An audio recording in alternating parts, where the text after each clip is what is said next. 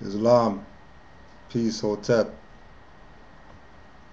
Want to rise and give honors to the Prophet Noble Drew Ali. Rise and give honors to all active Moors, all Moors that are standing up for the Prophet and for what he brought. Once again, this is Canaanland Moors Tuesday class. Today is July 2nd. And today's class is Finesse Masters Distraction Tactics. The reason why this title came up is because I've been taken in this book right here by the leader, man, false prophet by the name of Malachi York L, or Malachi York, or Imam whatever. And a lot of these individuals that present information to our people that supposedly is for their upliftment are taking the position of wanting to be the man that saves the black people or the Nubian people or whatever, right? When there's only one individual that can take that position, and that's Prophet Noble Drew Ali, right? So we're going to be going into some information on mind control and how religion and the idea of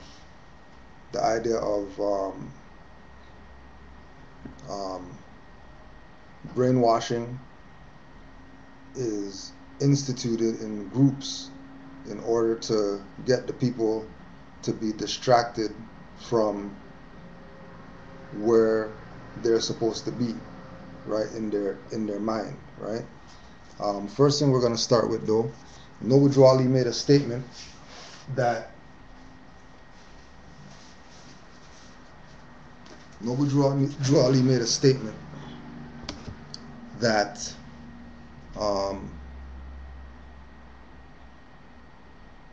don't endanger your life with a fool, right? So I just wanted to read an article that was in today's newspaper to show why we shouldn't, have foolish people around us, especially when we become aware of who we are, especially when we become, on a higher level, aware of our nationality and birthrights.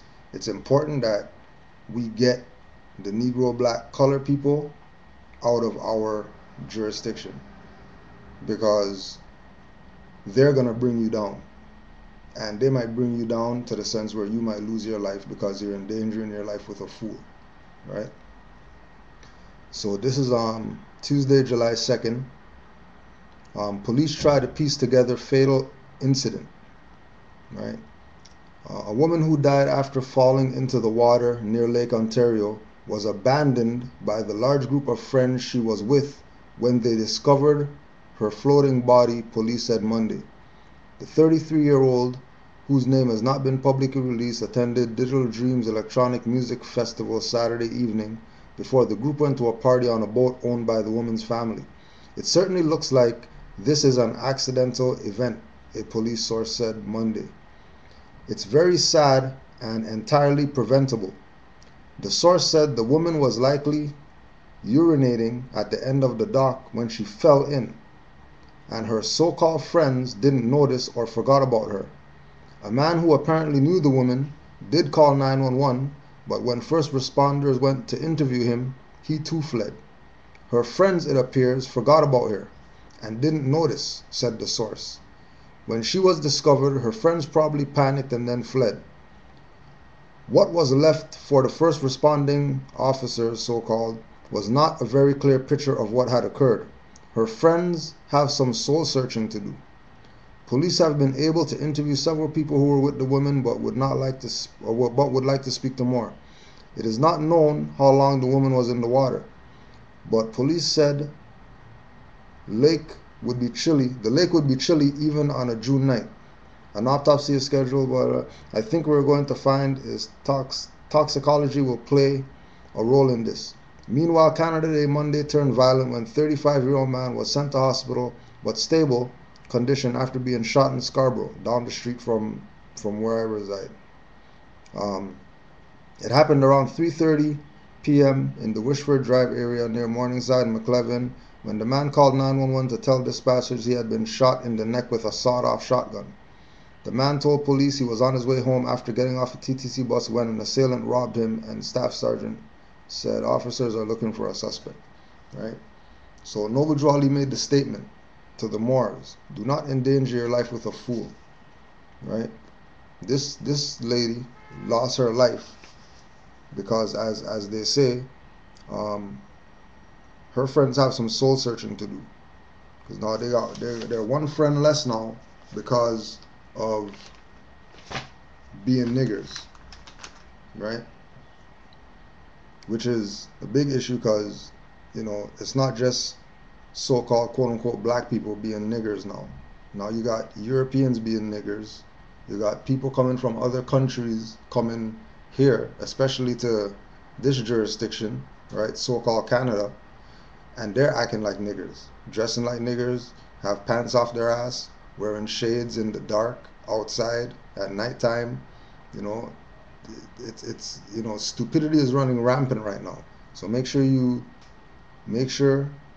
keep people around you who have a head on their shoulders, because you get around these crazy people, you could lose your life out here, right?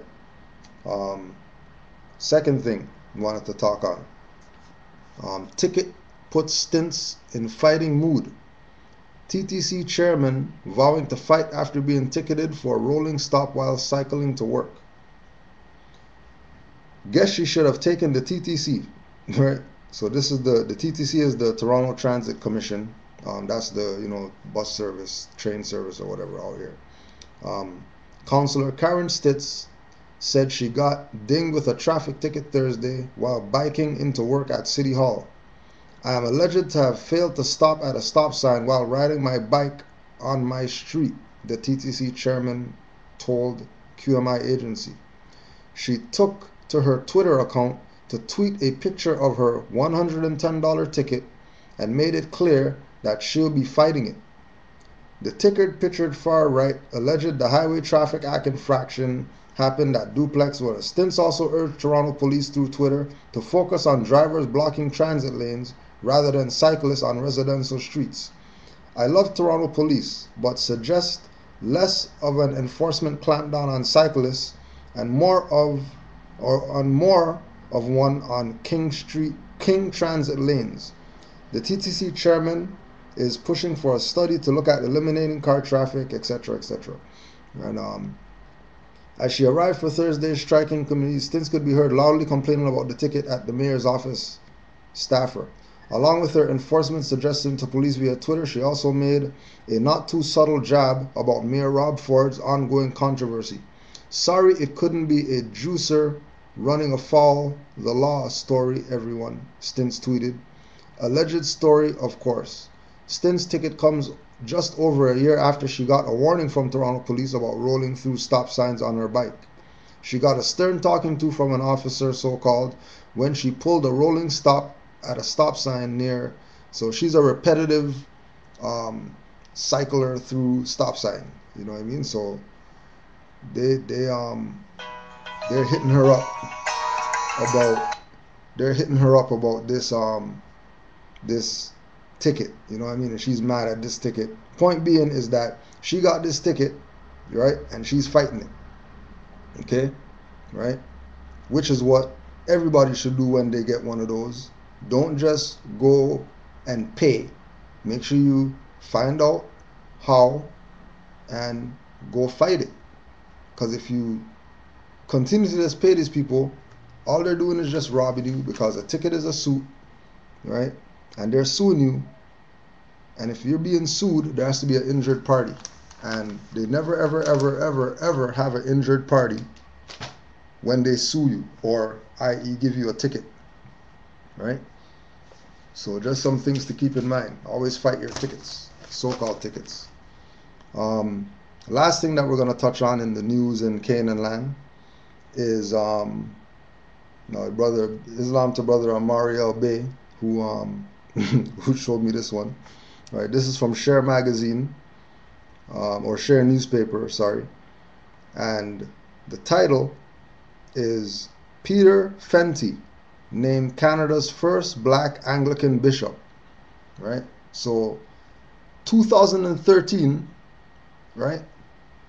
2013, Canada has its first black Anglican bishop, right?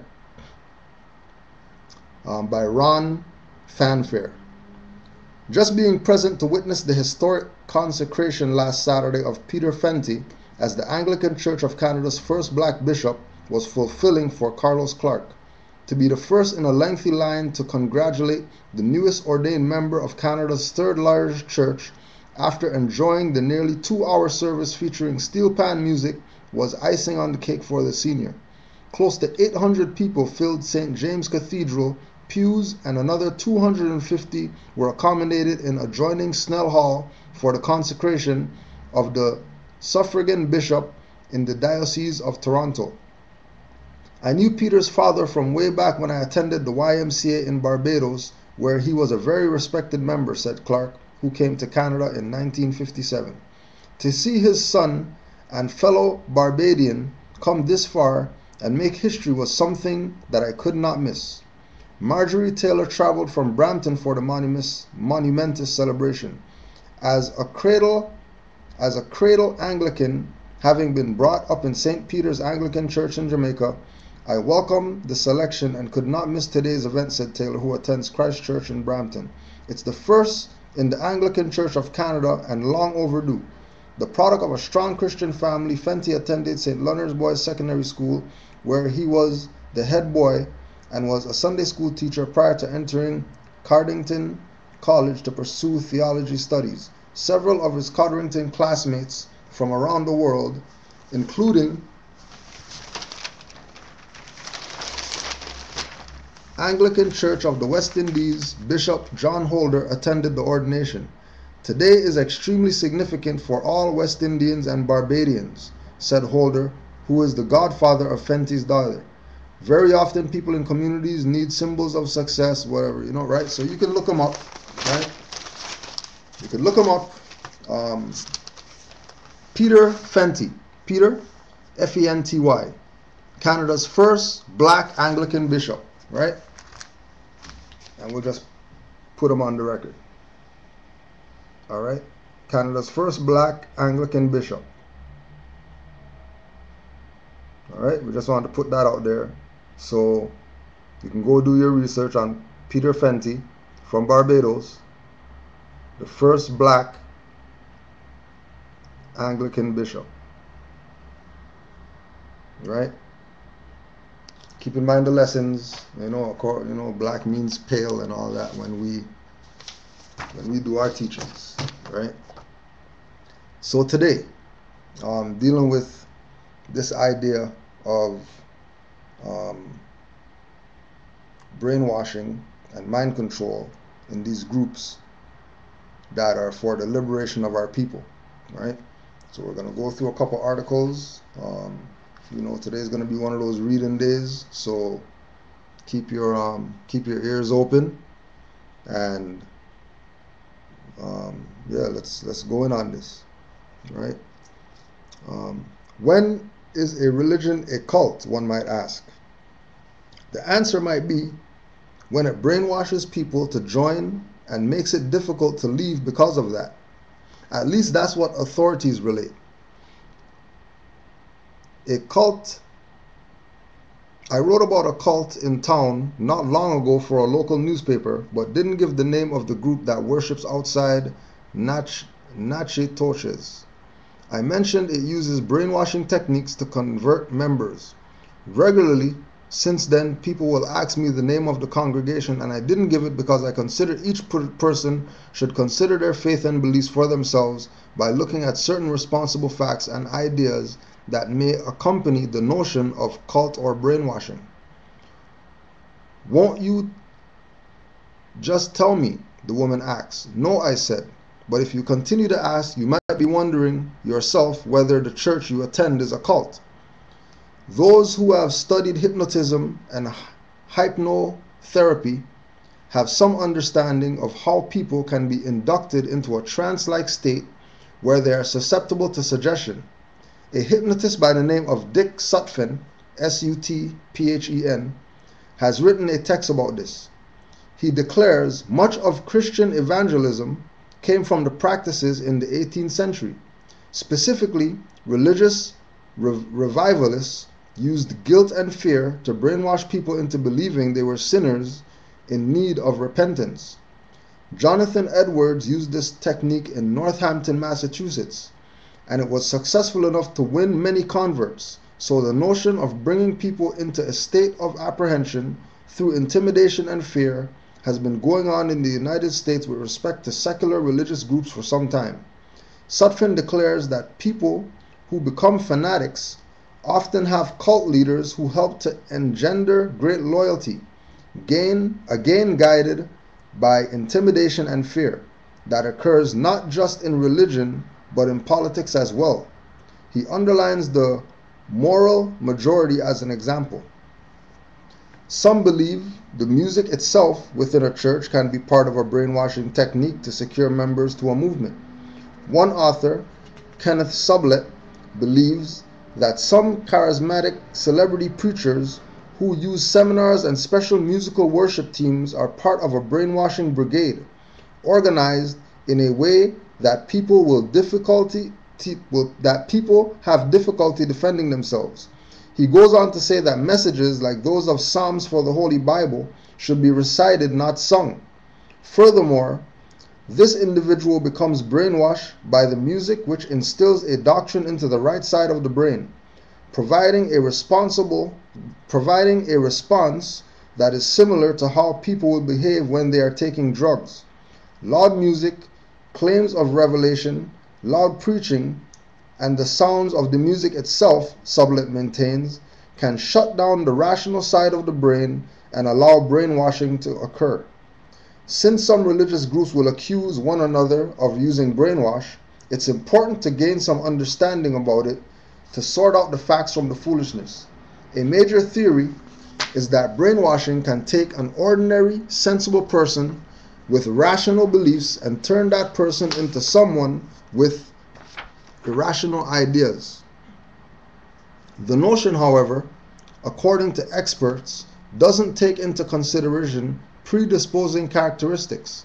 Very often, traditional religious groups have used the notion of cult and brainwashing to investigate New Age religions, because many of these seem to be founded by foreign-sounding folk. Traditional brainwashing theories are undercut by the notion that often people voluntarily sign up for certain groups, voluntarily participate, and are not undereducated, emotionally empty people, but individuals seeking answers in new and different ways. Cults, or those who use brainwashing, are often labeled as those outside the mainstream groups. Many religions have had origins in what were at one time called cults.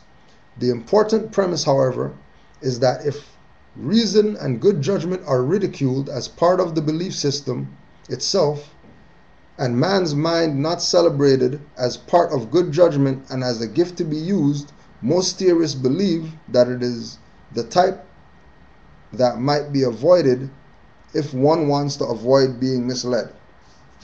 Right? So in short, there's ways that they go about shutting down parts of the brain, right? Now, keep in mind that if your brain isn't always active, if you're not constantly doing something with your brain, right, you cut short the neural pathways. in your brain, which are the guidelines that thoughts travel through your brain, right, in order to make something manifest. So what the idea is to shut down these neural pathways so other things could be put into those neural pathways to cause people to, through fear, through threats, through whatever it is that they use to get people to divert their attention away from what they're supposed to be putting their mind to, right? So, for example, if we go to Behold a Pale Horse, right? Behold a Pale Horse, Secret Treaty of Verona, right? Article 3. Convinced that the principles of religion contribute most powerfully to keep nations in a state of passive obedience, which they owe to their princes, the high contracting parties declare it to be their intention to sustain in their respective states those measures which the clergy may adopt, with the aim of ameliorating their own interests, so intimately connected with the preservation of the authority of the princes, and the contracting powers join in offering their thanks to the Pope for what he has already done for them, and solicit his constant cooperation in their views of submitting nations. So in the Secret Treaty of Verona, it tells you that the principles of religion, right, which is really dogma, because true religion deals with the universal laws perspective. True religion isn't going somewhere on a Sunday and it's Saturday night, you were in the club, twerking, and then you can be free on Sunday, and then Monday, you're back to doing your madness that you would never do in the church, right? True religion is divine, right? This is why Noble Drew Ali said that the Moorish movement is a national movement, right, which deals with national principles, but it's also a divine movement, which deals with divine principles. And you're going to hear the repetitive theme from people that the Moorish Science Temple, the Moorish Holy Temple of Science, Noble Drew Ali or whatever, he brought religion, and people think that what he did was he was trying to convert people to a religion, right? He wasn't converting people to a religion. He wasn't practicing the finesse mastery that majority of these black leaders, etc., practice, right? Noble Drew Ali was making the claim, right, that we are something that we never even considered being, and that in order for us to be respected and be honored by people who we say are racist against us, etc., that we should adopt the principles that he brought, right? And this isn't brainwashing, because he's telling you to go out and study for yourself. He's not, Noble Drew Ali isn't telling the people to follow him, right? Noble Drew Ali is telling the people, you go out and do your own research. You go out and study. And when you find out the truth about yourself, your nationality, your birthrights, it will cause you to make a change. Whereas majority of the other groups, the head is telling you follow them. Study what I brought you. Here is this whatever. I made all these books. You have to read these books in order to get to the level where I'm at. No, that wasn't Noble Drew Ali's position. Noble Drew Ali's position was to give the people incentive to study. Because he made the statement that man knows not by being told. So if man knows not by being told, that means man has to go out and do his own research in order to find out, right? And it's important that we do that, because when you look up the etymology of science, which is mentioned in Moorish Science Temple and Moorish Temple of Science, the word science goes back to study.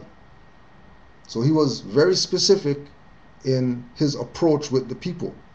And you know, he came to it to you know, like how they say, Yahshua turned over the tables of the money changers, right? Because they were doing things that they weren't supposed to be doing. It's the exact same thing that Noble Drew Ali did with his teachings, right? His teachings were turning over the table of the money changers, of all these individuals that were around him at the time, that were his students, that branched off to go do something else. And when you study what Noble Drew Ali brought, you would have a clear perspective. Don't listen to Cujo. Don't listen to Taj Tariq Bey. Don't listen to Alim Bey. Don't listen to Morzin Court. Don't listen to Marrakesh University. Don't listen to Queen Valharel Bey. Don't listen to R.V. Bey. Don't listen to Yafa Bey, or whoever else says that they're more as active, passive, religious, or otherwise. Right? You go out there and be inspired to study, because only through you studying would you free yourself from the clutches of these finesse masters, whose job, duty, mode of operations is to get you to be under their wing, but really their wing is their footheel. All right, back to the articles, right? And we're also too going to mention a lot of you're going to hear a lot of terms like cult mentioned, and worship, and things of this nature, because a lot of the information, when you're doing the research on brainwash and mind control, and tactics for mind control and all that, you're going to realize that the basis of groups and organizations that practice brainwashing and rituals dealing with mind control are really Christian based. They're not even occult based, right? There's a lot of groups out there, right, that are against the practices used by organizations in order to gain membership, right? So this article was originally presented as a paper at the American Family Foundation annual conference held at St. Paul campus, University of Minnesota, on 14th of May 1999 by Dr. Michael D. Langone, Langone, Executive Director of the AFF. This conference title, Cults, Psychological Manipulation and Society, International Perspectives, is significant because cults and related groups have aroused significant concern around the world. I am aware of organizations concerned about cults in the following countries: USA, Canada, Mexico, Argentina, Brazil, United Kingdom, Norway, Sweden, Denmark, France, Spain, Italy, Germany, Switzerland, Belgium, the Netherlands, Austria, Poland, Greece, Russia, Malta, Israel, Japan, and Australia. There are probably some of which I am not aware. The concern tends to focus on, though not be limited to, issues relating to psychological manipulation and its impact on society. Concerns generate much confusion and disputation, in a large part because people define the term cult in different ways. Now also too, as we go through a lot of these, remember the purpose of us doing this is for us to take this concept of cults, psychological manipulation, and apply it to where we are, right? As far as, melanated people, right? Because this is from the majority of this information is from European perspective, but we're going to take this information from these Europeans and we're going to apply it to all these different groups, organizations, etc. that we've been involved in, that we were part of, that people have told us about. They tell you join things all the time in our community, right? It's a theme in our community for us to join groups, for us to belong to organizations. And I'm putting out there that majority of these organizations, their job is to manipulate your thinking. Their job is to stagnate your thinking. Have you thinking that what they're teaching you is legit, when really what they're teaching you is putting you further in slavery than before you joined their group, right, or organization. Okay. Analysis of definitional issues. According to the compact edition of the Oxford English Dictionary, 1971, the term cult originally referred to worship, reverential homage rendered to a divine being or beings, a particular form or system of religious worship, especially in reference to its external rites and ceremonies, devotion, or homage. More recently, the term has taken on additional connotations, right? So they're letting you know that the compact edition of the Oxford English Dictionary in 1971, the term cult in itself and the definition is connotative in nature, and they're adding on to this these connotative definitions of cult. When we get into the study and we start doing our study, we recognize that we want to move towards denotative definitions opposed to connotative definitions, right?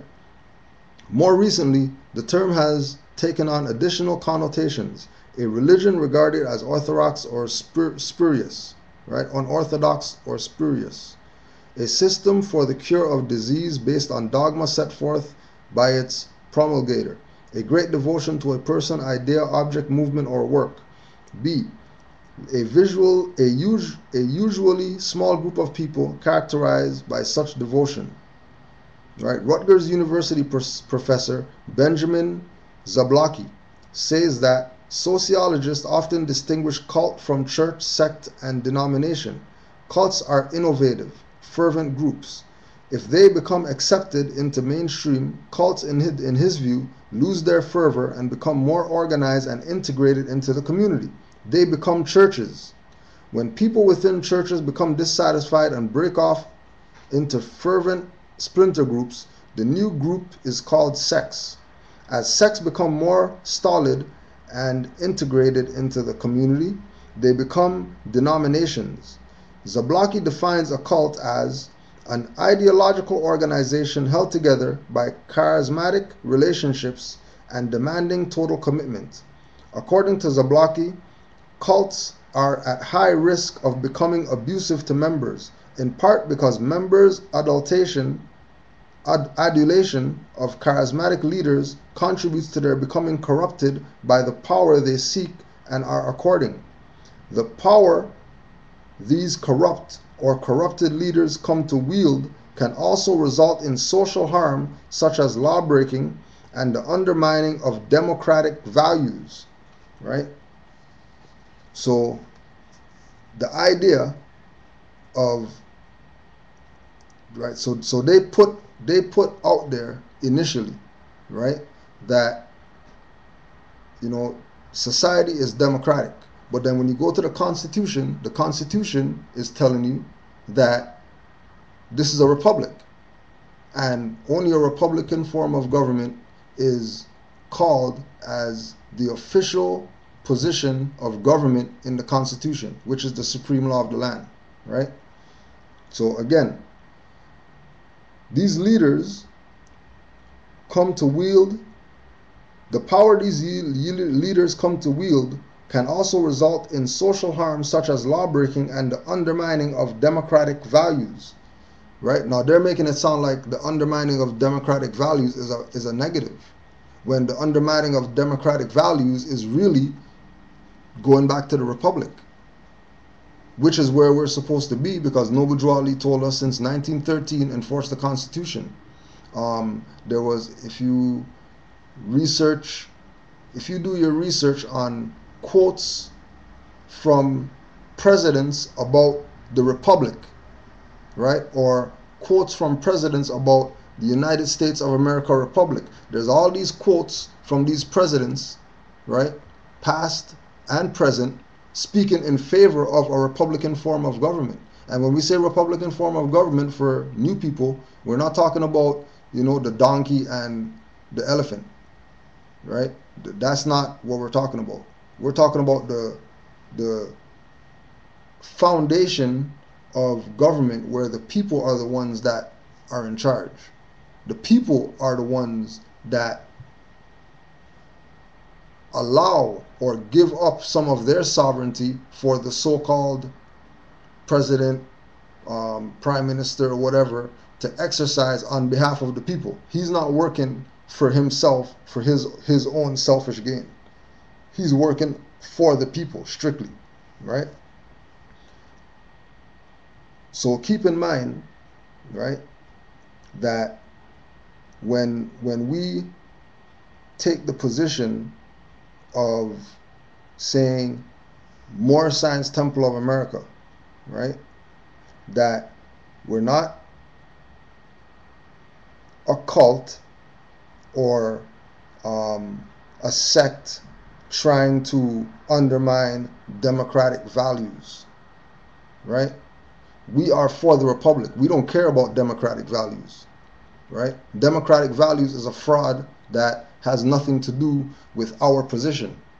Now, if you go and speak to some of these other groups out there, you'll see that they push for democratic values. They want a free democracy, right? They want civil rights, which is a democratic position. They want, people they want the government to be fair. They want the government to do this and they want the government to do that. All these things that they're purporting as being legitimate is a fraudulent position. And by you accepting, right, because keep in mind the neural pathways, right, once they stop you from thinking for yourself, right, once they get you to stop thinking, right, their position get you to stop thinking, and once you stop thinking, they can now take the position as the false prophet or the corrupted leader and lead you into oblivion, while the leadership in some cases lives in the most fancy whatever, and all the leaders are, and all the members or the people in the so-called congregation are struggling, right? So keep in mind, Executive Order 11490 Rex 84 plan, right? So remember, we're taking all this information about brainwashing, etc., and we're applying it to our community, right? So we can understand why we're in the situation that we're in as a melanated community. How come we can't just everybody just be one thing, right? How come there's all these different aspects of our reality, right? How come that's not the case with the quote unquote brown population? How come the quote unquote yellow population doesn't have all these different avenues, right? We're the only ones that have all these. We have this scattered perspective of things, right? Why? Because of these finesse masters that we call leaders, that their intention is not to lead. Their intention is to make you lead yourself off the cliff while they're on the cliff and you're the one going off the cliff, because they're not going off with you. Guarantee you, they're not going off with you, right? Silent weapons for quiet wars has been in the hands of the popularly accepted individuals calling themselves the black leaders since the early 1970s. Many have spoken of them, but few have logistically broken them down and disseminated the information to their alluring public. The King Alfred plan implicates the true motive and reason why they do not. One will take note that all the people mentioned in these government plans, blacks, Indians, Latinos, Puerto Ricans, and poor whites, do not include a de jure national name or title. All these words are descriptive chattel brands coined by Europeans as subtle pedigree parentage names that were forced as appellations on the indigenous peoples of the Americas and their own discards.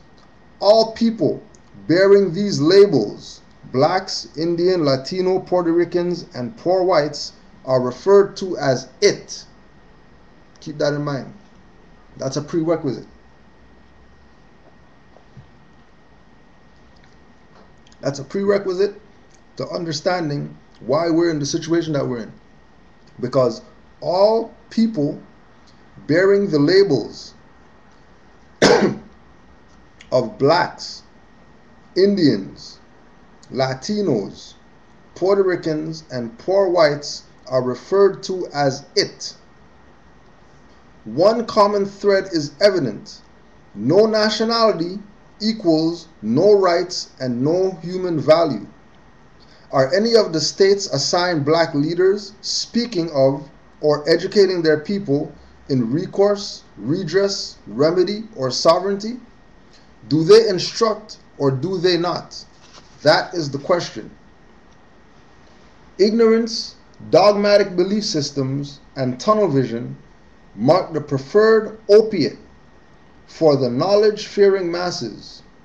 King Alfred is the culling tool for the non-productive burden on civilization and the world's resources. Right? What is a non-productive burden on civilization? A zombie. Majority of our people are zombies. What are zombies? Zombies are people who are brainwashed. Zombies are people who are under mind control. How do these people get under mind control? How do these people get brainwashed? Because of these organizations that they belong to that they think are in their best interest when they're not. Because they have you calling yourself an it. And if you know that you're a living entity and a living being, and you're calling yourself an it, you have serious mental problems. And the only reason Moors talk how they talk is because Moors know that from an international perspective, the people that abuse the its can't tell them that they're its because they're contracted, right? The people who deal with the it people that aren't its, they're natural people, but they chose to be brainwashed by some idiot that they believe is their leader, right? Noble Drew Ali came to take us out of the it status. Noble Drew Ali came to get us to be beings with life in us again, right? That's why he said, don't endanger your life with a fool. If there's a fool and you're hanging out with a fool, you're just as foolish as the fool. You're not, well, I'm conscious, but I'm going to hang out on the corner with the drug dealers. You're a fool. You're not conscious at all, because really, you should be cognizant. You're supposed to be at a higher level. You're not just supposed to be awake. A fish could be awake, right? A dog could be awake. A bird could be awake, right? So it's getting ourselves out of this psychological manipulation that we put ourselves under because we're choosing to follow the wrong crowd. We're choosing to follow the wrong people who call themselves leaders. And it's like when we go to YouTube, right? And we say, okay, yeah, we're gonna go study. And then we go on YouTube and you have, we talk about these idiots all the time. You have people like Seti, King Noble, all these clowns, right? Who want a position of power. They want to be popular because these people were the nerds in high school. These people were the guy who didn't have no friends and the people were bullying in high school. So they're taking the position of they want popularity, right? There's Moors, for example, in this jurisdiction right here, that they don't come to the temple, right? They don't come to classes. They don't come to, learn anything from the temple.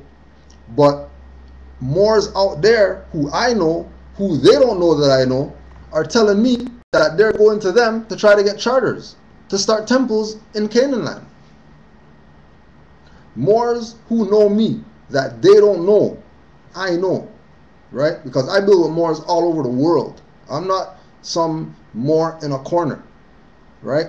The Sheikhdom certificates say that we have an obligation to take this information to the hedges and the highways, right? That's why I have all these videos out on YouTube, because I have an obligation to get the information to the people, because I could see where this is heading, and it's not in the favor of our people. Again, comes back to these false prophets, brainwashed,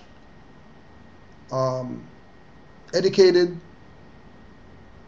illiterates that our people choose to follow and call them leaders when they're not leaders, right? I'm not even trying to be no leader, because I'm a student for life, right? I'm not a master of nothing, right? You know, I take the Rockefeller approach or the Rothschild approach, you know, own nothing, control everything. You're not trying to own nothing. I'm not trying to own people's birthright, not trying to own Noble Drew Ali's literature. My purpose is just get the stuff out there because the people need it, right?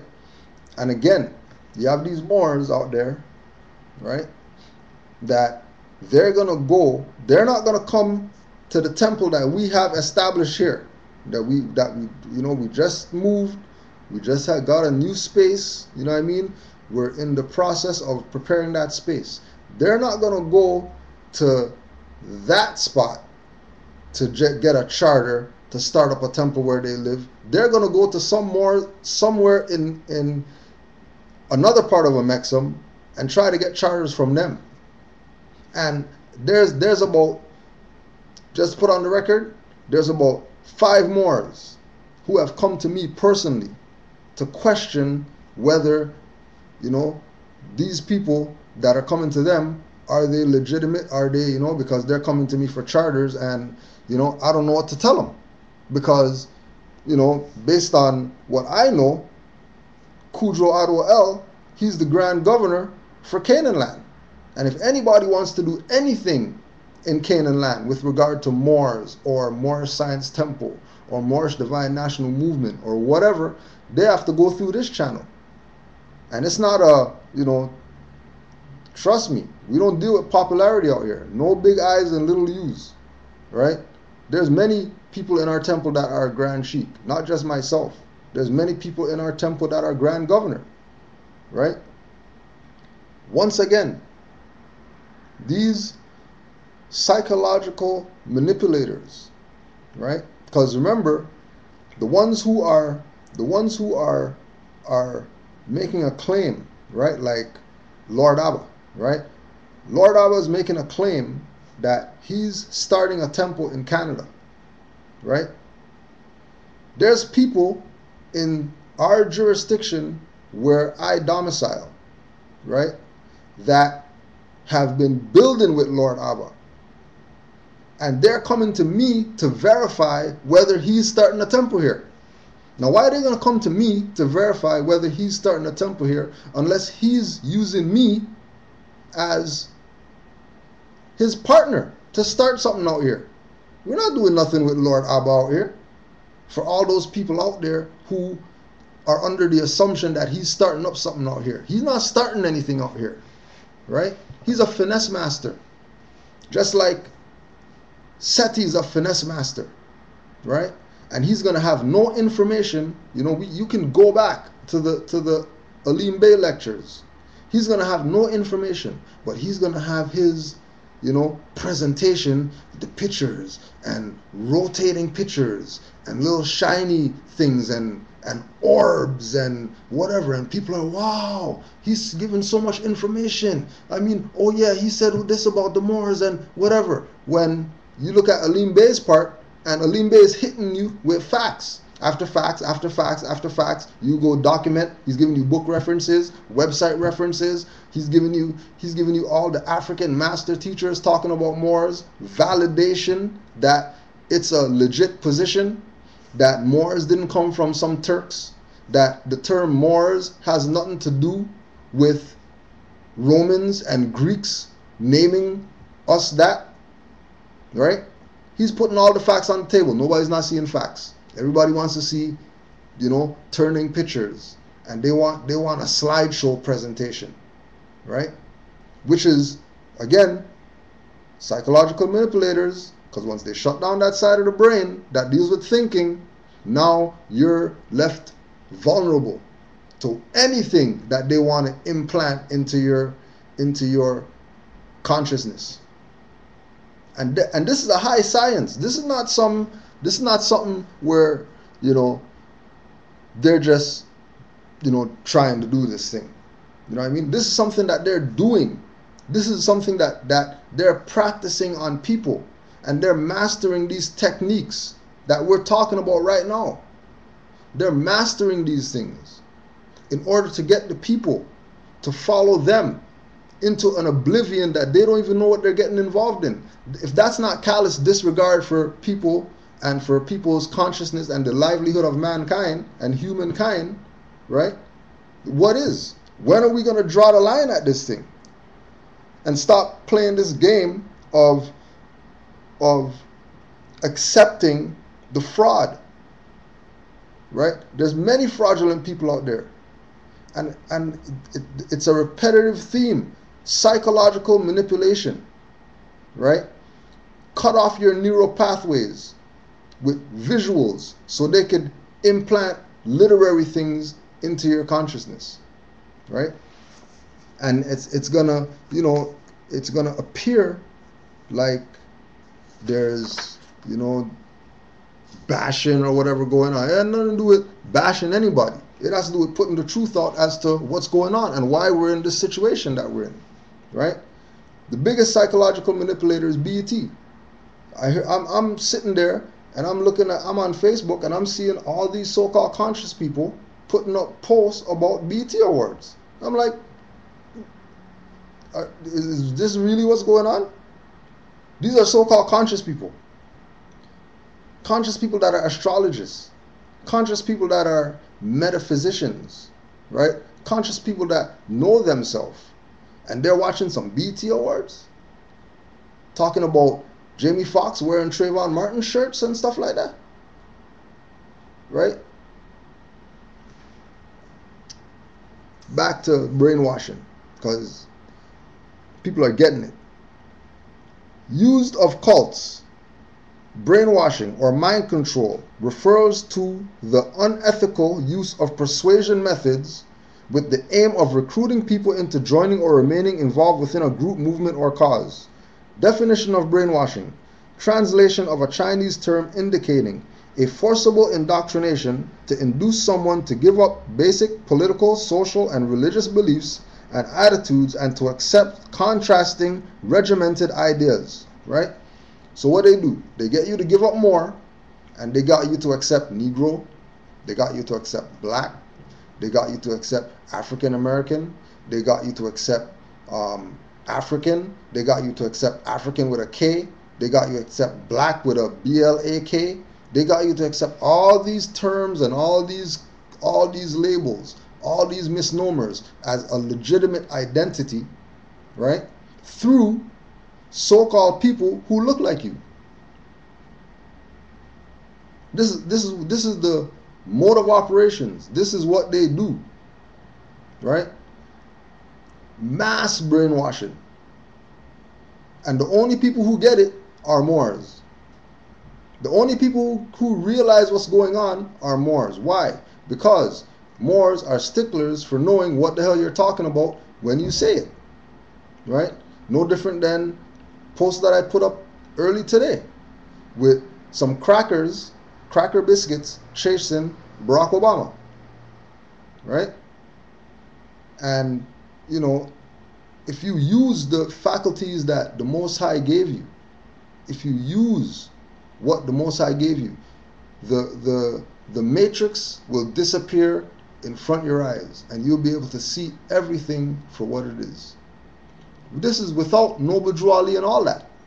This is just as an individual, just as somebody who's willing to use the faculties that the Most High gave you.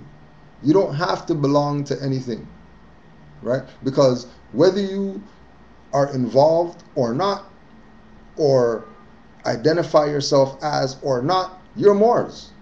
Period. If you're dark skinned people, you're Moors. If you have melanin, you're Moors. Right? That includes everybody. Right? Also referred to as mind control. Right? So brainwashing, also referred to as mind control. Sociologists, cult experts, and others are sharply divided on this contentious issue. Some see brainwashing as a plausible explanation of why people join and remain in cults.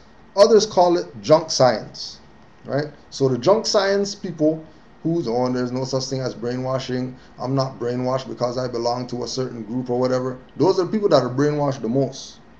Right? A more realistic approach to the issue is illustrated by Philip Zimbardo, Zimbardo,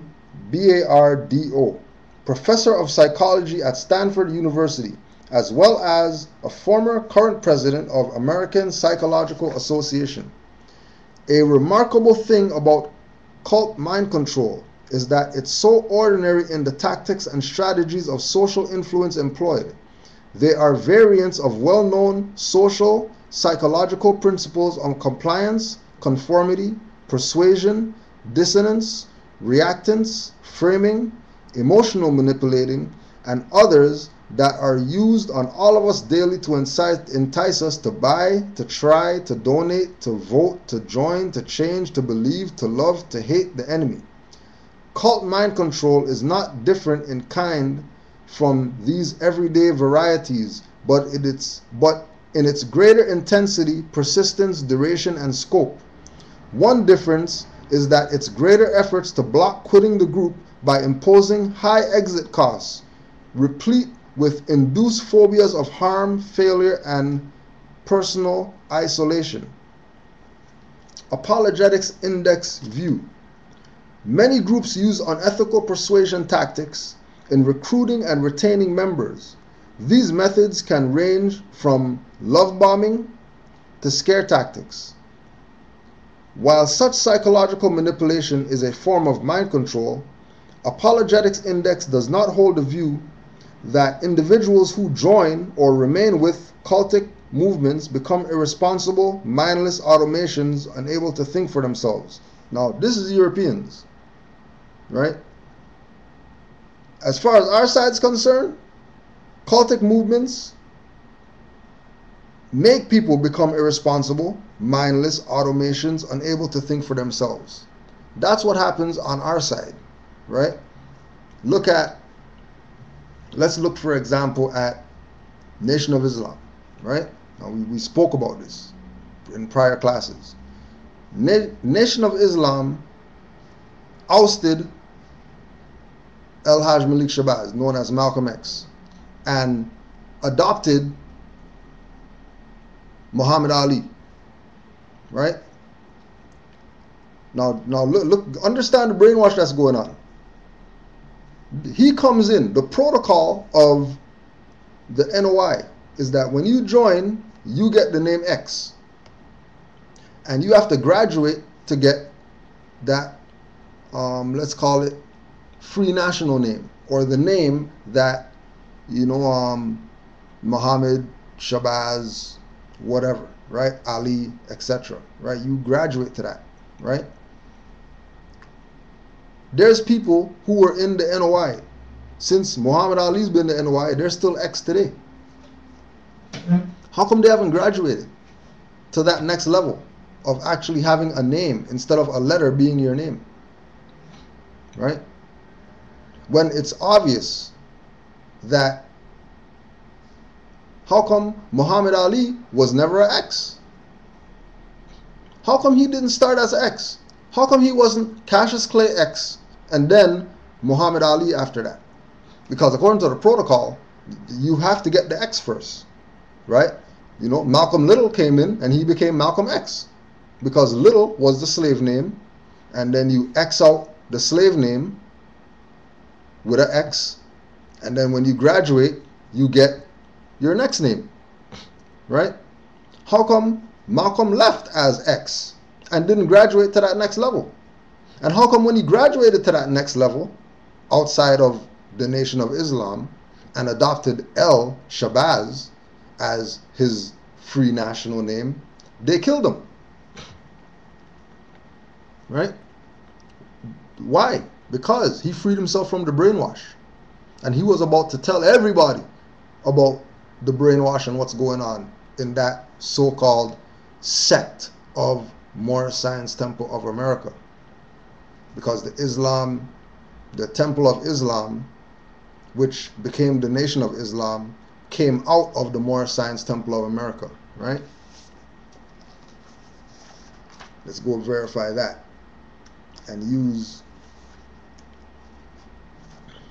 a legitimate yet fraudulent source to prove this, right? So we're going to go to Who is Noble Drew Ali, written by your boy, who's doing how much ever years that he's doing right now in maximum security prison, but was at his court date with a fez on, right? And in this book, he's talking about Noble Drew Ali doesn't know what he was talking about, but he has a fez on in his court date, right? Same type of fez Noble Drew Ali told the Moors to wear, right? Page 105. Born Robert J. Poole in Georgia, he was nicknamed Elijah the Prophet by his grandfather. As an adult, his search for knowledge led him to the Marcus Garvey movement, in which he rose to the position of corporal.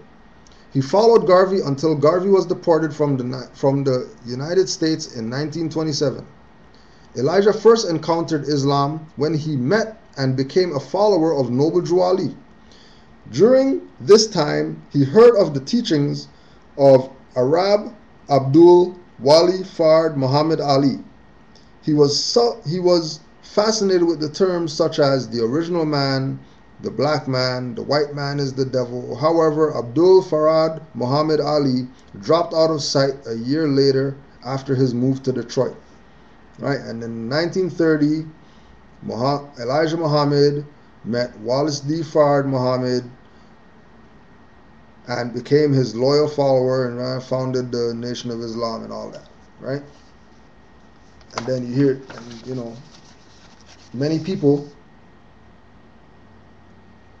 have the pictures, right, of Elijah Muhammad wearing his fez, right, to prove that they were down with the Moorish movement. They might talk that brainwash crap today, but at one time they were down with the Moorish movement, right? They were down with it. Nation of Islam had fezzes, right? Fruits of Islam had fezzes, right? There's the Fruits of Islam right there with their fezzes on, right? Or if you want to call it tarbush, fez, whatever, right? The no brim hat, the no brim headwear of the Moors, right? Fruits of Islam wearing it, right? And remember, we're showing this to counteract the apologetics index, saying that they don't hold the view that individuals who join or remain with cultic movements become irresponsible, mindless automations unable to think for themselves. We're saying on our side, they become irresponsible, mindless automations unable to think for themselves. Because if there's people that are looking at this, that are part of the Nation of Islam, they should be going and questioning their leadership as to how come we don't wear fezzes anymore? How come we don't mention Noble Drew Ali anymore in our meetings? How come Noble Drew Ali has been wiped off the map of Nation of Islam teachings, right? And why aren't they asking the question? Because finesse masters, distraction tactics to get you away from the Prophet Noble Drew Ali and keep your ass in brainwash, right? So you'll never figure this out, and you'll be running on that hamster wheel forever, calling yourself black people and Nubian people and all these names that have no political, social, or economic otherwise validity, right? On the subject of brainwashing, mind control, and related issue, we recommend Steve Hassan's book. So Steve Hassan, Hassan, Combating Cult Mind Control. Right, that's one book. Then the second book is Releasing the Bonds, Empowering People to Think for Themselves. Now all these books now, right? All these people who are against mind control, they're speaking from the perspective of, well, the best way to cure yourself of mind control is to think for yourself. What is it that Noble Drew Ali told the Moors? Noble Drew Ali told the Moors, if I can get you thinking, you'll save yourself. What was he telling you? He was telling you that I'm here to free you from mind control. What else did Noble Drew Ali say? Noble Drew Ali said, I came to free you from mental slavery, which you have now, in 1913. Why would he put something down on paper? I am here to save you from mental slavery, which you have now. If he wasn't prophesizing that mental slavery is going to be in the future as well, so in 2013, when we read Noble Drew Ali's literature, it still says now. And he came to free us from mental slavery that we have now in 2013. But that was written in 1913. Right? This is not no finesse master. This was an adept. Right? This was a master thinker that came to implement principles in us to make us master thinkers along with him, so we don't get into this madness that we're going through right now. Right? Now, we mentioned the name Benjamin Zablocki. You're going to go research him, right? Benjamin Zablocki, Benjamin Zablocki. Disorientation, defective thought, suggestibility, and the false self.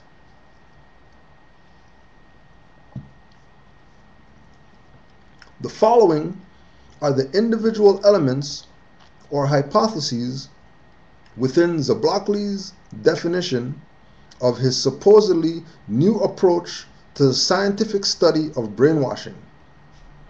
1. Absence of pre-motives. People who join new religious cults are not seeking alternatives to mainstream worldviews prior to their membership in the new group. 2. Disorientation. New religions or cults induce irrational, altered states of consciousness as the core technique in seducing people into giving up their existing worldview. Zablocki refers to this primitive state of consciousness as disorientation. Other brainwashing theorists have referred to it as hypnosis, disassociation, trance, etc. But there is no meaningful distinction between these various terms for primitive consciousness as they are used by brainwashing theorists, i.e., they are functional synonyms with the brainwashing worldview. 3. Defective cognition. In the disoriented state essential to brainwashing, the person has a significantly reduced cognitive capacity to evaluate the truth or falsity of worldviews with which he or she is confronted. 4. Suggestibility. As a result of externally induced disorientation and defective cognitive capacity, the victim of brainwashing is highly suggestible, i.e., prone to accept as his or her own ideas and worldviews which are recommended to him or her by the person or organization that has induced the defective cognitive state. 5. Coercive or involuntary imposition of a defective or false worldview.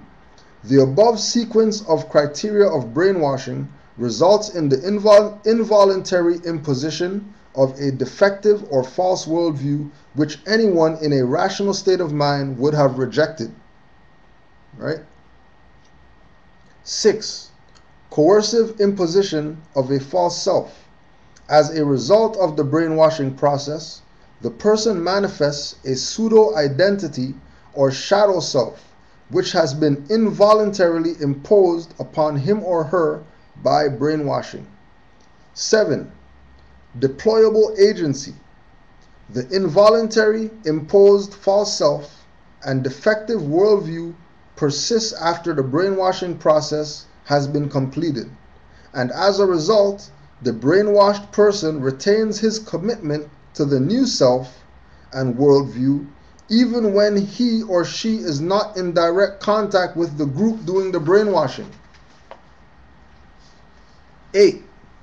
Exit costs. It is extremely difficult for the person to later repudiate his new worldview and false self-conception because he no longer has the capacity to rationally evaluate these choices. All of these hypotheses were aspects of the original, generally discredited CIA brainwashing model that Zablocki claims to be replacing his new approach. As we shall see, all of them were disconfirmed by generally accepted research on communist thought reform, including the research which Zablocki claims supplied the primary theoretical foundation of his formulation. Basically, Zablocki's statement of the CIA brainwashing theory conflicts with generally accepted research on communist thought form in the same ways as did second stage perceptives, but he has added a new level of tactical ambiguity to his argument. He states, the core hypothesis is that under certain circumstances, an individual can be subject to persuasive influences so overwhelming that they actually restructure one's core beliefs and worldview and profoundly modify one's self-conception. Right? Now let's stop there a sec. An individual can be subject to persuasive influences so overwhelming that they actually restructure one's core beliefs and worldview and profoundly modify one's self-conception, right? So these groups out here that tell you that you're everything except that you're Moors are making you reconstruct one's core beliefs and worldview and profoundly modify one's self-conception. If we, as melanated people, stand in front of a mirror and look at ourselves, we would see clearly that we're not black people. It's a visible fact that we're not black people. Visible fact, right? But for some weird reason, we go around the world calling ourselves black people, right? Modifying our self-conception. Our self-conception, how we conceive, how we perceive, how we identify ourselves, logically, is discarded to identify ourselves as something that we're not. And then we go around the world pushing this idea, right? Expecting to get treated with honor and dignity and respect when people are looking at you like you're an idiot. Because clearly you're brown. You're calling yourself black people, or you're dark brown. And even if you are a black person, there's probably hints of blue and purple in your pigmentation. So you're still not black. You're black, blue, and purple. And we don't call ourselves black, blue, purple people. Right? Even though when we look at the darkest of people, 100% factual, they're not just strictly black only. They have tints or tinges of purple and navy blue in their skin tone, right? The sort of persuasion posited by the brainwashing conjecture is aimed at somewhat different goals than the sort of persuasion practiced by bullies or by salesmen and teachers. The more radical sort of persuasion posited by the brainwashing conjecture utilizes extreme stress and disorientation along with ideological enticement to create a conversion experience that persists for some time after the stress and pressure has been removed. Right?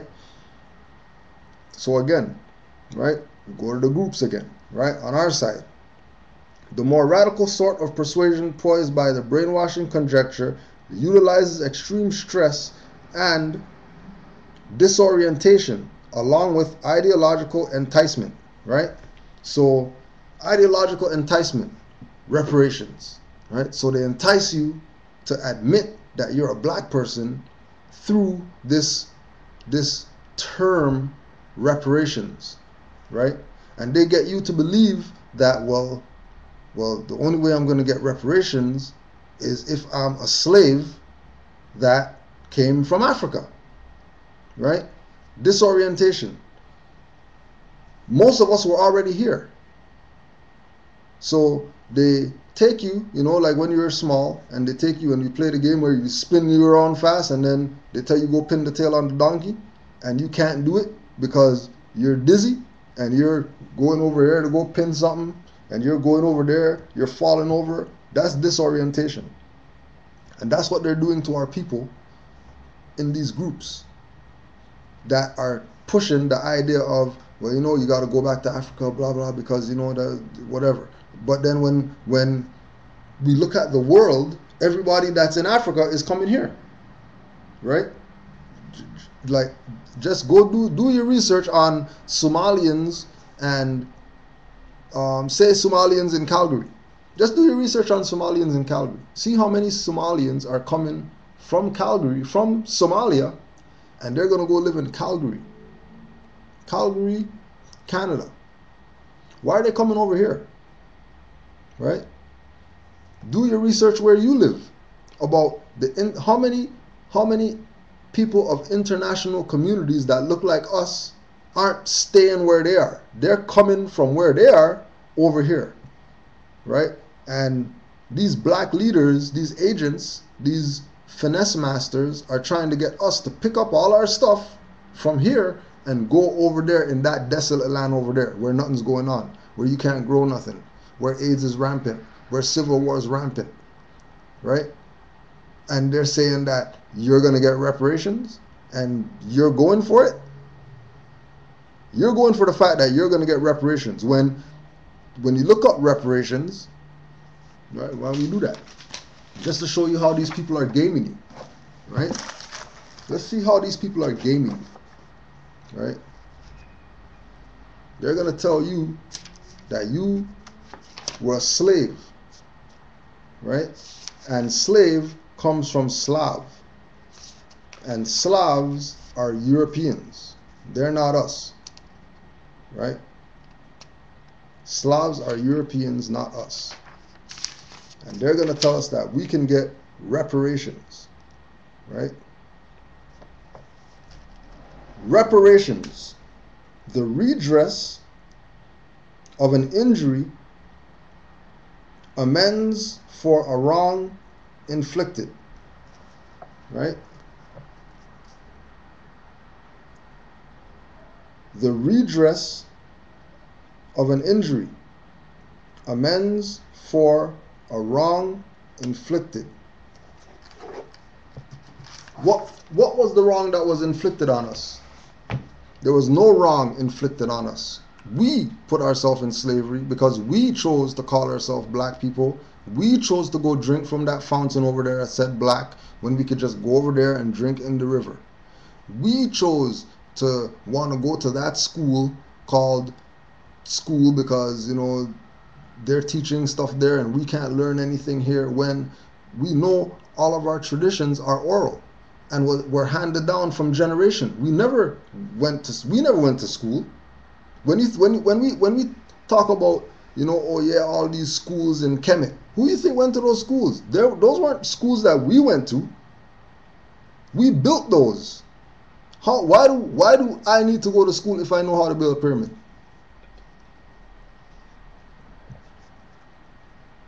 Disassociation, right? If I know how to build a pyramid, what am I going to school for? If I could build a pyramid, if me and some of the brothers could get together and we could build a pyramid, what do we need school for? If we could build all these statues and carve things and do all these things by nature, look at all the blues players. All the blues players, the Sam Cookes and all these people, they never went to no school to go learn to play trumpet and all that. They just picked it up, started playing. So the concept of school wasn't for us. It was for those who had no knowledge, because we had all the knowledge, right? And again, we're going back to that same thing that, utilizing extreme stress, they're gonna make you think that the European wants to kill you, the European wants to take your life, right? Look out for the KKK. You have to protect yourself, get guns and whatever, kill crackers and all that. That's, personally, when I was coming up in Black Power, that was some stressful stuff, because really and truly, I had some European friends, and I really wouldn't take their life if it really came down to, because it wasn't logical to me that I'm gonna kill this guy. This guy's been backing me for however long, right? He's a European. He's been backing me, and I'm gonna kill him for something that 600 years ago a European did something to my ancestors, and I'm gonna kill this guy who had nothing to do with it, and he lives in the hood just like me, and his mom's on welfare, and he has old shoes just like I got old shoes, and he got to eat sardines or whatever, and eat oodles and noodles and all that, just like I do, and I'm going to think that he's benefiting something from slavery, right? Stressful situations, right? And disorientation, along with ideological enticement to create a conversion experience that persists for some time after the stress and pressure have been removed. To be considered brainwashing, this process must result in A, effects that persist for a significant amount of time after the orchestrated, manipulative stimuli are removed, and B, an accompanying dread of disaffiliation, which make it extremely difficult for the subject to even contemplate life apart from this group. Within this quote, in which Zamblocki defines the core of his brainwashing formulation, the reader may recognize the very same altered states, suggestibility, overwhelmed concept that 1. Constituted the essence of the CIA brainwashing theory described above, 2. Is typically used as the primary basis for cultic brainwashing legal suits. Alright? So, it's freedom time now. How to avoid brainwashing techniques.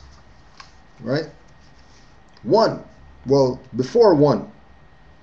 Avoiding brainwashing techniques often involves avoiding the brainwashers themselves. Same thing, everything's 360, just like we were saying at the beginning. Don't endanger your life with a fool. If there's a fool out there telling you that you're black, and you could clearly look in the mirror and see that you're brown, stay away from those people. If there's a fool out there telling you that you're a Negro, and you can clearly look up Negro in the dictionary, and it'll tell you that Negro is a river, and Negro is a monkey, stay away from those people. If people are telling you that you are colored, and you can go in the dictionary, look up colored, and see that colored is anything painted, varnished, dyed, and you know you can't be that, stay away from those people. Don't endanger your life with a fool. Noble Drew Ali taught that in 1913. Why are we in the situation that we're in now? Because we never listened to the Prophet. So judgment's going to catch you. It's that simple. Listen to the Prophet, you might be able to save yourself. Don't listen to the Prophet, judgment's going to catch you. Mark my words on that. Right? Avoid the brainwashers themselves. But this is next to impossible. Take advertising as an example. You can't avoid them all, and attempting to do so can be rather expensive if you still want to watch television and movies. Your best bet is to cut out what you can, and when you can't, seek balance, right? So we can't get rid of advertising, because you're going to be on the bus, you're going to see ads. You walk down the street, you're going to see ads. You just chilling with people, you're going to see ads on their shirt, on their hat, on their shoes, on their socks, on their brief, on their belt buckle. Everybody's advertising something, right? Seek balance. You can't, you might not want to throw your TV off the balcony, but how about put in some DVDs once in a while? Get some information, opposed to watching TV programs, which are pushing the brainwash. Instead of ousting yourself from this group because, well, damn, I watched that thing that Cujo was saying, and I'm just going to oust myself from this group because I think they're brainwashing. Chill for a little bit. Get some information. Do some research. Compare studies between different teachers to see if there's relative information that you can use, or omit it altogether and find an avenue.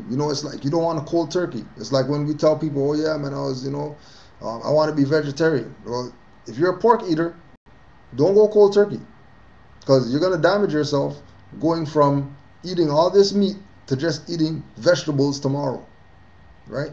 You have to wean yourself off of the brainwashing. You can't just eliminate brainwashing. You can't just cut yourself off. You have to wean yourself off. And in weaning yourself off, you do yourself a service. In going cold turkey, you do yourself a disservice, because you might injure yourself, literally, right? Finding balance is often easiest by simply providing yourself with the information you need. All you need to do is the following, right? 1. Identify the manipulative message you've received. You're black when you're brown. That's a manipulative message. 2. Find an opposing message, whether it's manipulative or not. Also attempt to find the most neutral and unbiased account of the same message. So find an opposing message. So what's the opposing message to you're black? Well, maybe I'm brown. Maybe the opposing message is I'm melanated, right?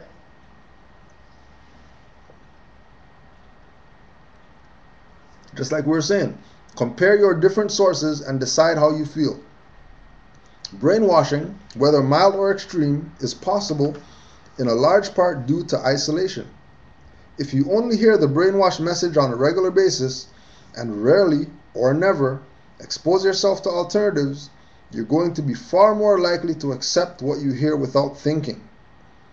If you want to avoid the brainwashing techniques discussed in this post, your best bet is to surround yourself with a spectrum of information rather than simply settling for the message that makes you feel comfortable.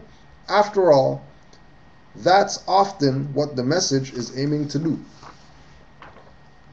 right?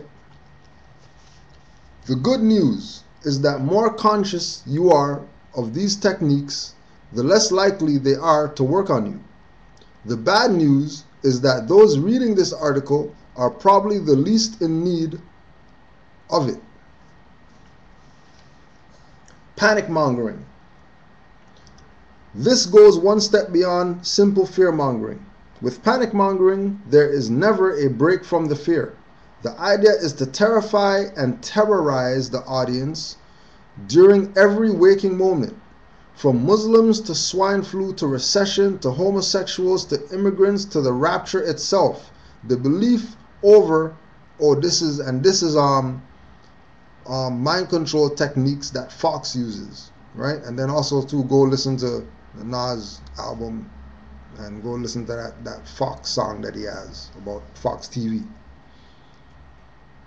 From Muslims to swine flu to recession to homosexuals to immigrants to the rapture itself.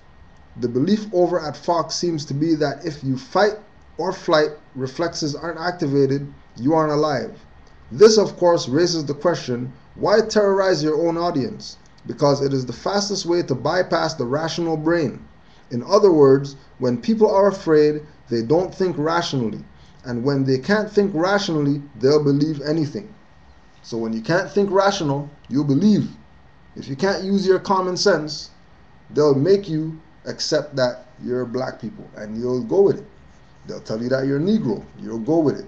They'll tell you that you're African American, when you know Africa is a continent, America is continents, and you can't be continents, because continents are landmass and you're not a landmass. So you can't be that. But people go there, right? 2, character assassination, right? Now this goes beyond Fox, right? So we're going to go again to our boy that had on his red fez during his trial, right? But clearly, you know, a fez doesn't make you a Moor. You better go study. If you don't study, believe me, it ain't gonna help you, right? Now we're talking about how character assassination, right? Character assassination. The reincarnation of Noble Drew Ali, page 95. So now with Noble Drew Ali gone, who was left to direct the mission? The Moorish Science Temple congregation believe that they are still being led by Noble Drew Ali through their present sheikhs, who are each reincarnations of the founding father. Now that's not what active Moors think. Active Moors don't, you know what I mean? We know that the reincarnated prophet thing is a fraud, because if Noble Drew Ali was going to reincarnate, he's not going to reincarnate, period. He's going to incarnate, because there's no such thing as reincarnation, but you can incarnate. And if he was going to incarnate, he's going to incarnate into a child or in the womb. He's not going to incarnate into an adult body of some, you know what I mean, dirty Moor, right? 2 men in particular each claim to be Noble Drew Ali reincarnated. W.D. Fard Muhammad and John Givens L. These 2 men were responsible for forming the 2 major offshoots of the Moorish Science Temple. Towards the end of his life, Noble Drew Ali taught 4 men to carry out his mission. These men were the Honorable Elijah Muhammad, Daddy Grace, Father Divine, and Carlos Cookman. Of these 4 men, only one pursued the mission, that was the Honorable Elijah Muhammad. Thus you have the mission of Noble Drew Ali. As you can see, he tried to give the Nubian in America a link to his past through developing a nation with a code of dress, mystic symbols, and a flag by borrowing from other cultures, which is a fraud, because, you know, Noble Drew Ali didn't borrow anything from any other cultures, right? Just what we're talking about, character assassination, right? Him putting these things in this book, right, to make it seem like Noble Drew Ali wasn't clear and wasn't correct in what he did, right? Although his intentions were good, you can now see that his information was not always correct. Nevertheless, his mission undeniably served to introduce Islam to a people who were totally lost. Noble Drew Ali led the Nubian in America back to the path so that his student, the Honorable Elijah Muhammad, could take you a step further in preparation for the final leg of the journey, which I, as Sayyid al-Imam Isa al-Hadi al-Mahdi, am your guide. I am the reformer sent to you in this day and time to carry on what Noble Drew Ali started. Therefore I entreat you to once lost but now found seed of our great father Abraham to join me in reclaiming your rightful heritage. I am your guide, a friend, a father, a doctor, a big brother, and a teacher. I am your Khalifa, successor. Accept it or not, be there. Accept it or not, for there is none more qualified to make straight your way to the Creator.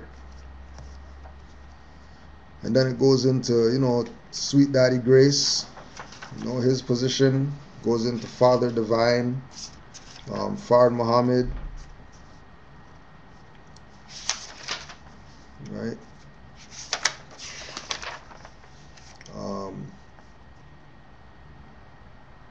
Sheikh Al-Hajj Dawood Ahmed Faisal, another major activist during the time of Noble Drew Ali, who was responsible for bringing true Islam to the West, was Sheikh Al-Hajj Dawood Faisal.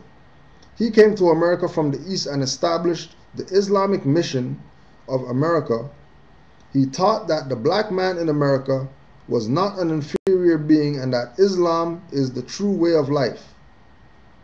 Right? And he was born 1891, right? Drew Ali was born in 1886, right? So Drew Ali got years on him. He encouraged blacks to join together and become economically secure to protect their own. He set up the Islamic community called Medina Salam. This was the first Islamic community in America where the people lived together of, for, and by each other. Although his dream was not successful, it was not to die. This dream manifested through me, Al-Said Imam Isa Al-Hadi Al-Mahdi, in the Nubian Islamic Hebrew Mission, which I established in 1970. I was a faithful attendant of the State Street Masjid many years ago and was told by Sheikh Dawood to establish the Ansaru Allah community. He passed on his character to me, giving the mission the authority to perform childbirths, marriages, etc. Right? Taking that position of being the one again that was brought to save, you know what I mean, the people. Right?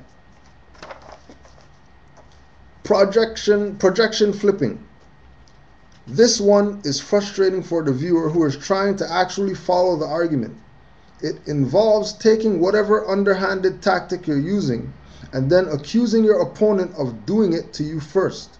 We see this frequently in the immigration discussion where anti-racists are accused of racism, or in the climate change debate where those who argue for human causes of the phenomenon are accused of not having science or facts on their side. It's often called upon when the media host finds themselves on the ropes in a debate. 4. Rewriting history. This is another way of saying that propagandists make the facts fit their worldview. The Downing Street memos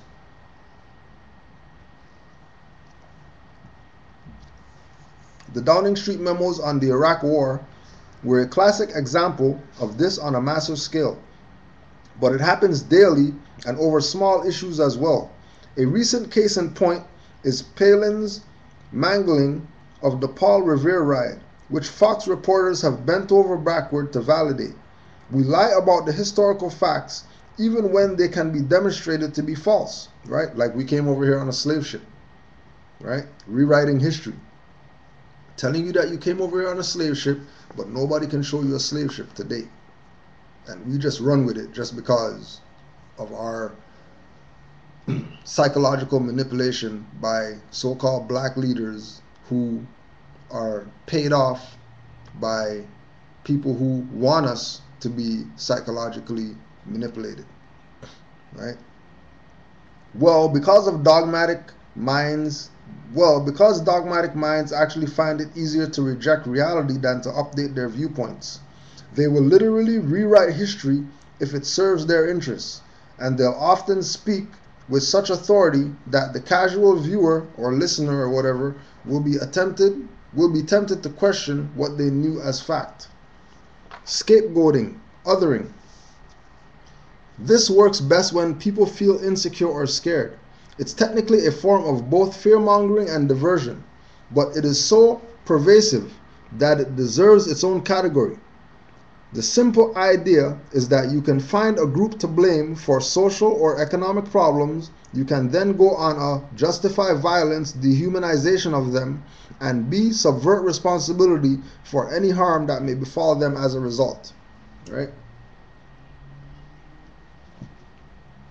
And they do that with the, kill the cracker. European is the one that did it.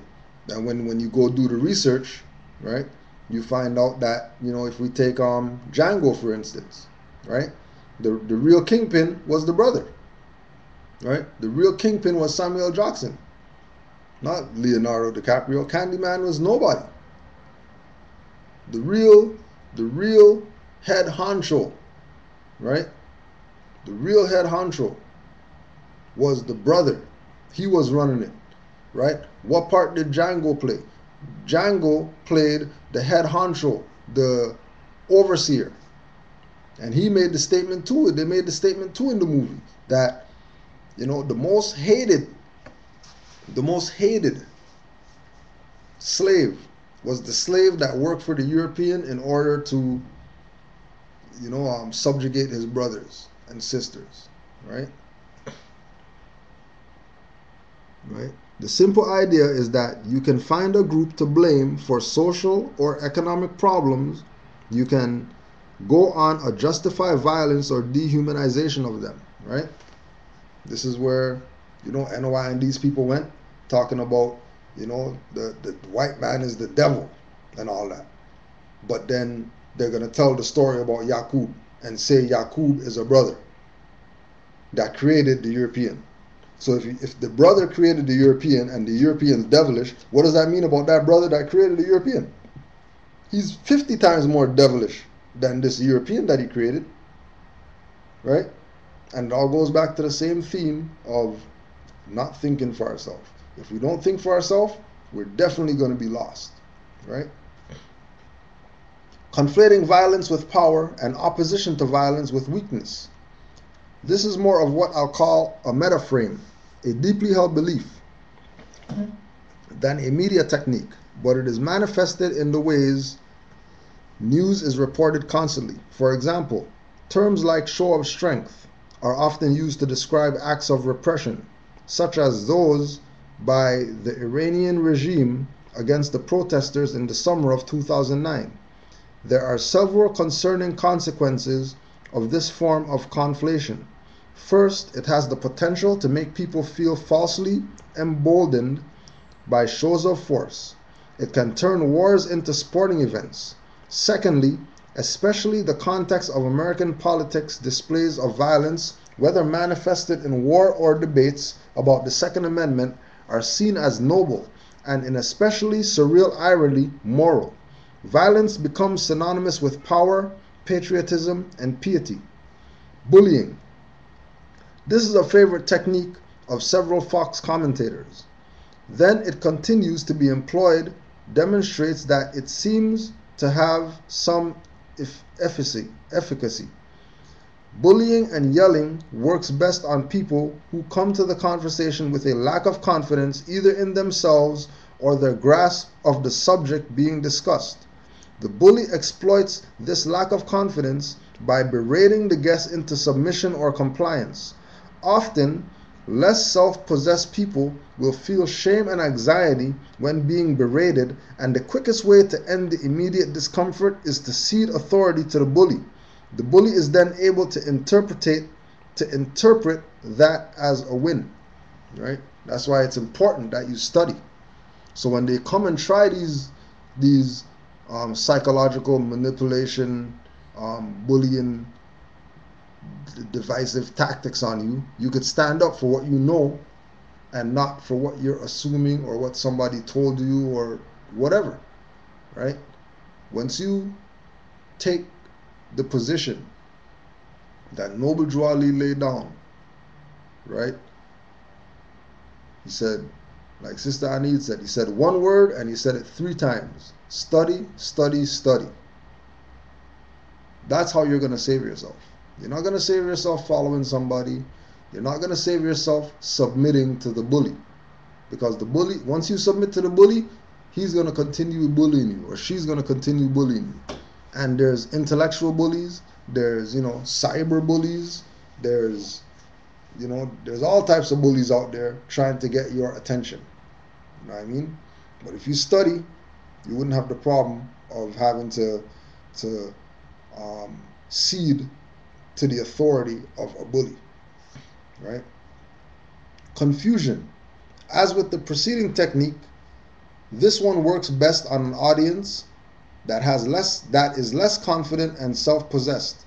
The idea is to deliberately confuse the argument, but insist that the logic is airtight and imply that anyone who disagrees is either too dumb or too fanatical to follow along. Less independent minds will interpret the confusion technique as a form of sophisticated thinking, thereby giving the user's claims veracity in the viewer's mind. Right? The idea is to deliberately confuse the argument. So to deliberately confuse the argument is to, you mention Noble Drew Ali and they're throwing in, Turks wear fezzes, or you mention, nationality and they throw in, nationality can't save you when martial law happens or whatever like that, right? Using ways to get people who don't know, right, to feel like they don't know. And once you feel like you don't know, you cede authority to the person who's trying to push the brainwash on you, who's trying to use the Jedi mind tricks on you, right? And it's very easy not to fall victim to Jedi mind tricks. It's all about knowing. If you know, nobody could take advantage of you. It's that simple. It's not, rocket science technique to not deal with this, right?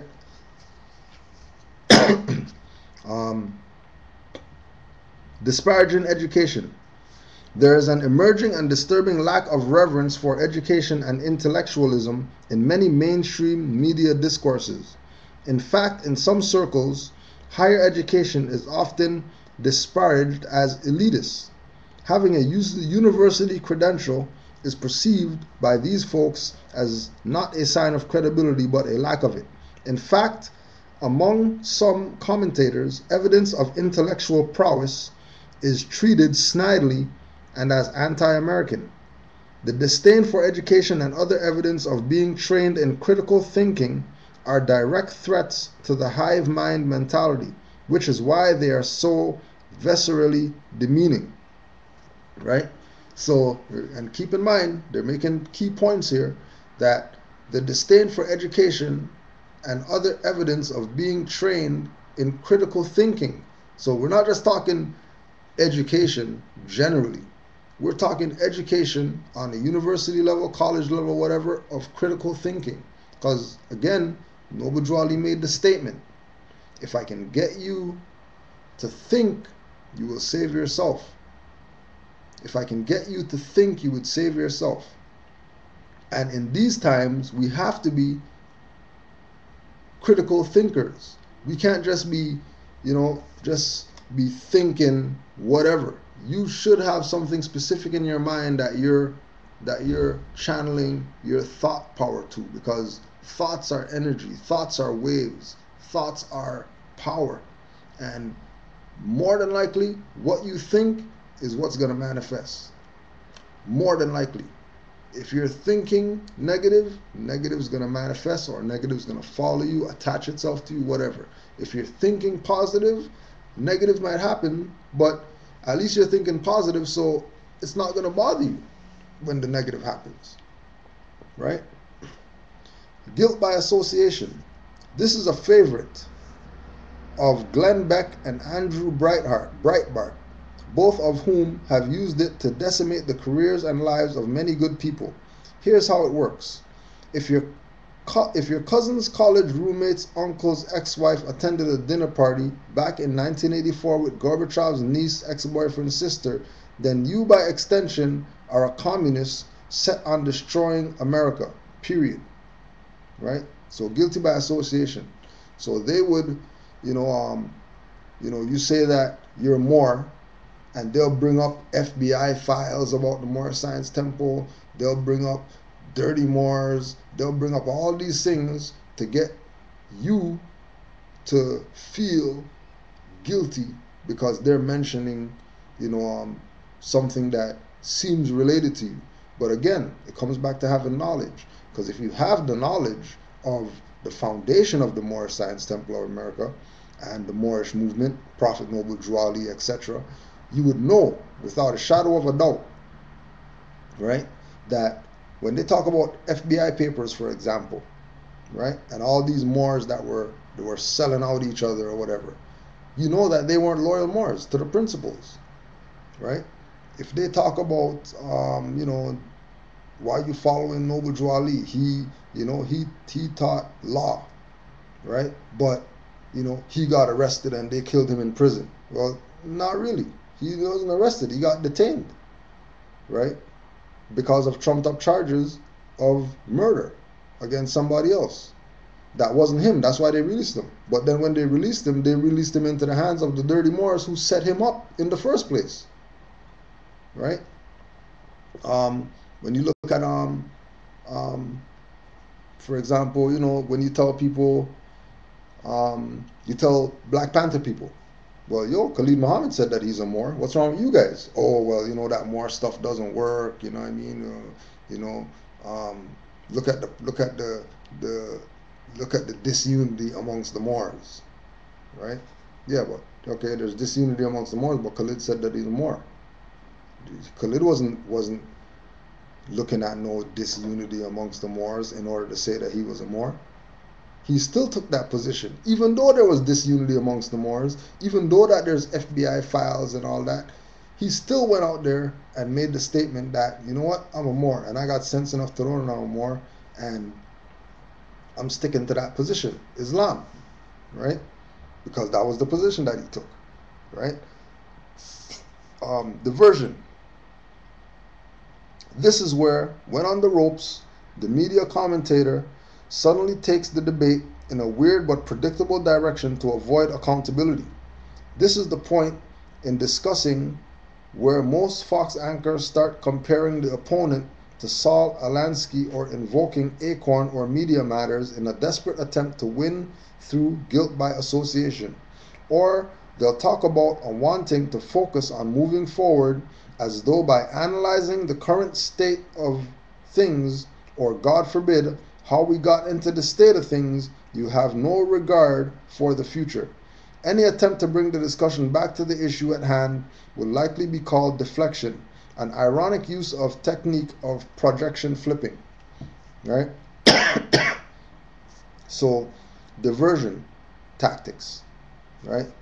When you approach these finesse masters, right, and you question them on, I noticed that you have written 300 plus books, but how come there's no bibliographies? How come you're not putting a source where you got this information from? Well, the information was channeled by God, and I'm Allah's best friend, so I don't need to have bibliographies. I come from another planet and I have all this information in me already. I mean, really, right? Taking attention away from dealing with the actual matters. Like, how come Nation of Islam doesn't wear fezzes anymore? Or how come, if Noble Drew Ali, documented fact, right? Chicago Defender newspaper, it's a documented fact that Marcus Garvey was visited by Noble Drew Ali in prison when Noble Drew Ali was in Atlanta prison. How come Garveyites don't know about Noble Drew Ali? How come nobody in the Garveyite movement is teaching about Noble Drew Ali, right? I put up a post the other day. There was a picture of Ras Emanuel, who's one of the Rastafarian, heads, founders, and his name was Charles Edwards, and he changed his name to Emmanuel, and Emmanuel is a Moorish name because L's at the end of it, Emmanuel. Why would he change his name from Charles Edwards to Emmanuel? Why that name? Why wouldn't he change? And then when you go into the literature of Ras Emanuel, right, you realize that everything that he spoke about was human rights things. All of his teachings had to deal with, taking a position where we can go to the UN and stand up for the rights of our people. Taking a position where, we're gonna sue right? You don't hear Rastafarians talk about going to the UN and suing. They're saying that that's Babylon, right? Diversion. You know what I mean? Saying that, oh yeah, well, that was back then. That has nothing to do with now and all this, right? So it's important, right? It's extremely important that we stand up to these finesse masters, right? And these people who are in possession of your birthright and using your birthright against you. Because guaranteed, right, if you allow them to continue this, they will continue to control you, right?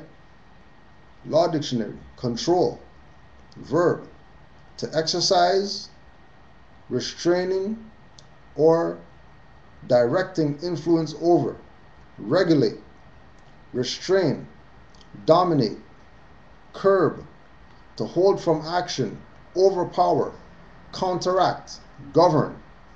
To control a thing is to have the right to exercise a directing or governing influence over it, right? So put that definition of control and attach mind to it.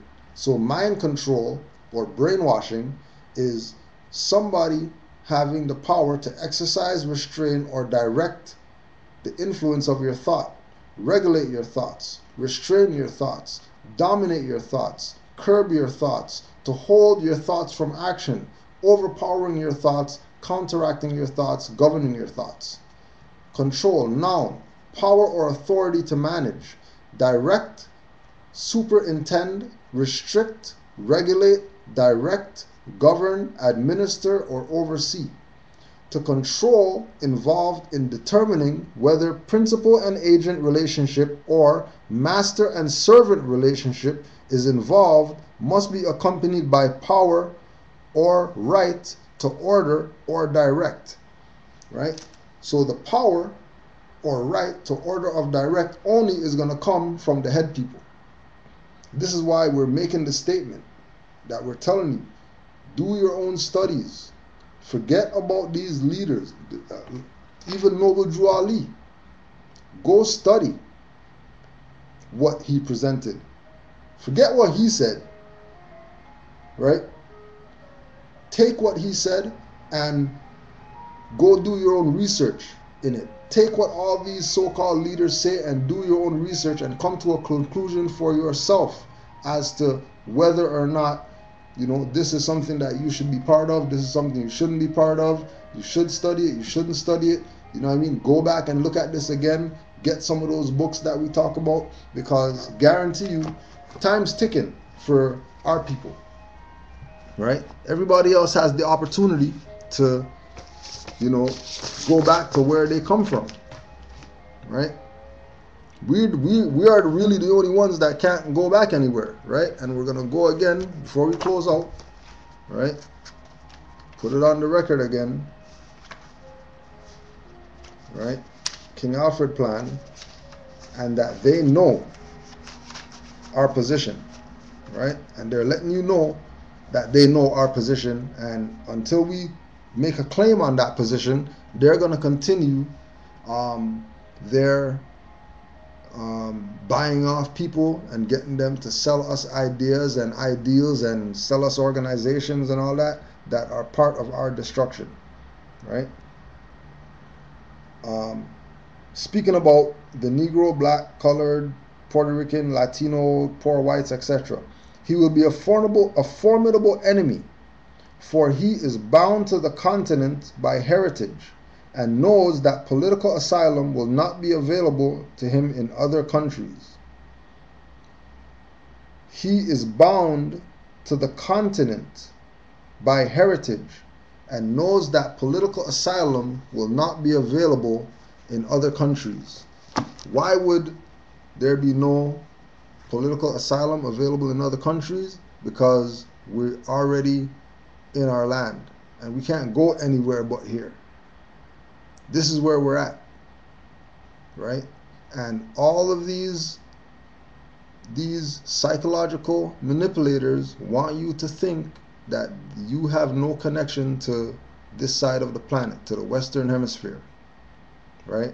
And you have a direct connection to the Western Hemisphere because we didn't only come from the East, we're also from the West, right? And being that we're from the West, we have an obligation here. We have a not just a national obligation, but we also have a spiritual obligation to this side of the landmass to make sure that we do the things necessary on this side, just like we would do on the other side if we went back there, if we decided to go back there. Which again brings up another point of Noble Drew Ali that he said about the Moorish movement, that it is most earnestly hoped, right? This is Noble Drew Ali's words. It is most earnestly hoped that the Moorish Science Temple of America will not be compared to any Back to Africa movement, right? Drawing a line between what he founded and between what is presented as the movements to assist, so-called black people, Negroes, colored people, African people, whatever, right? Because he knew and he taught that we were always in this land. He makes mention of us having a flag in this land for over 50,000 years.